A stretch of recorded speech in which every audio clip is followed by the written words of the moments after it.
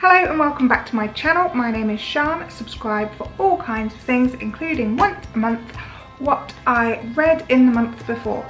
I thought about stopping these at the end of last year, and then I've read like a mammoth amount of books this month, and I just thought I won't stop it. I'll share it with you. Not many of you watch it, but that's okay with me. I'm going to show you these and I'm going to tell you about them in the order that I read them. So I will start with Cecelia Ahern and Flawed. This book, I didn't realise it was a young adult fiction. I got it from Father Christmas and it is incredible. It blew my mind. It had me sobbing in the middle from injustice, from the way I felt about the main character, from what was happening to her. It is very dystopian. It has kind of echoes of The Handmaid's Tale and that kind of thing, and it's so current. And I would really recommend reading it.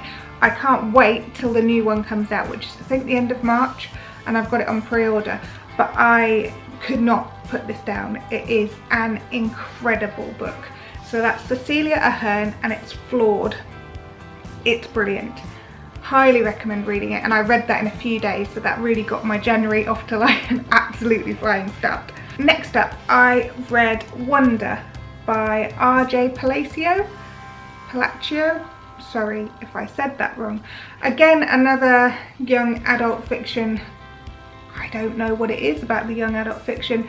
This book is about a little boy who is born kind of disfigured, and he has lots of operations to help him make him look more aesthetically pleasing, but fundamentally he's completely all there in his head. Everything is as a normal boy would be. So he's a child who's living with a permanent disfigurement, and it's about him going through his journey into starting full-time school. Also tells you the story of his sister and how she deals with things, and also from the point of view of the friends as well. This is another really powerful book. It's another one that made me cry. It is incredibly emotive. It's about acceptance. It's about our perceptions of what we see to be normal and how we judge people based on appearances, and it really is an incredibly good book. Wonder. The third book I read is another Cecelia Ahern. It is Laurie Bird. I think that's how you say it, hopefully right. And I got this after having read Flawed because I realised I hadn't read this one, and I really like her writing, and I love how her writing style completely changes. So from the other book, which was very dystopian, all this kind of futuristic, possibly now, sort of life, to just a really light-hearted, well-written book. It is about a woman who's discovered in the forests, and she's never really kind of had any interaction with other people, and it's a book about love, about discovery, about life, about, again, judgment, how we judge people based on what we see. It's about abuses of power and using people for your means as opposed to for how you think it would benefit them. It's a very good book, a very nice read, and I really enjoyed it. The fourth book I read is The Nightingale by Kristin Hannah, and this is another book which made me cry. I've obviously studied World War II and World War I at school, but I think we always studied it from the point of view of soldiers or people dying in terms of soldiers, you know, studying war poets and things like that, which is obviously really interesting, and I love doing it, but I don't think I've ever really thought about the war from the perspective of the Jews.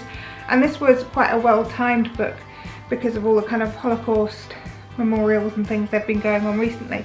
This book takes you through the war, and it's set in France.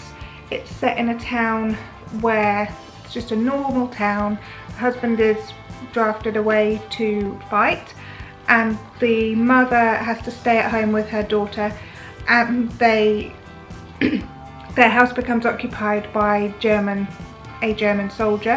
Her next door neighbour is Jewish and is taken away, but I don't want to give away too much. But I hadn't also appreciated how children were taken by themselves to prisoners of war camps. Didn't even cross my mind. And the Nightingale is the main woman in the story's sister, and she travels across the Pyrenees to take wounded soldiers, parachutists, back to safety so that they can get on and carry on fighting the war. And it is an amazing book. Again, loads of stuff about discovery, about strength, about inner strength, about families, about love, about occupation in terms of German soldiers, about Jewish people, about the Holocaust, about all kinds of things we need to know about. And it's a really, really well written book. Again, it had me completely hooked and I just stuck with reading it. The fifth book I read is called A Street Cat Named Bob by James Bowen. I picked this up in the supermarket when I was on my way to my daughter's karate lesson and I needed a book to read at karate. And this is a really nice, easy book about a man who finds a cat, and the man has been kind of homeless in the past but lives in sort of housing that gets people off the streets basically. He finds a cat and it's the story of how this cat called Bob changes his life, changes other people's lives, changes other people's perceptions of him when the cat is with him. And it was a really nice read. It was a happy read and I hope that he and Bob are still very happy together. The sixth book I read is called A Monster Calls by Patrick Ness, and it is written about, it's basically, he finished off a story that a writer called Siobhan Dowd started, and then she sadly died of breast cancer. So she had kind of the structure for the story and the characters, but he, Patrick Ness, has taken the story and finished it in his own way. I don't know if you've read his trilogy, but that's a young adult fiction trilogy and it is amazing. I would definitely highly recommend you read that. I'll leave a link below to those books as well. This book is about to come out in the cinema and I saw the trailer for it before I bought the book, and the trailer looked petrifying. And the book is about cancer, it's about learning to deal with death, it's about learning to deal with, sadly, what sometimes is the inevitable outcome of cancer.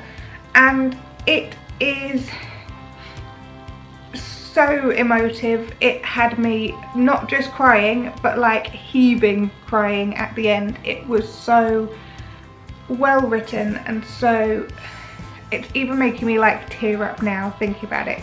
This is an incredible book for anyone to read, but if you've ever had cancer, know someone who's had cancer, if you've ever been through that, then this book touches you.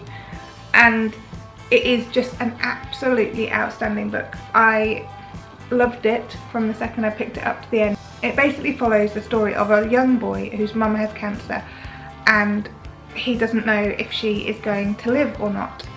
And it's about a monster, which is a yew tree in his garden that comes to him and tells him stories and talks to him and shows him how to accept what is going on and what's happening, and how it's okay to be angry, it's okay to cry, it's okay to feel all of these things because what's happening is so utterly unfair that that's all fine. It's an amazing way to deal with it.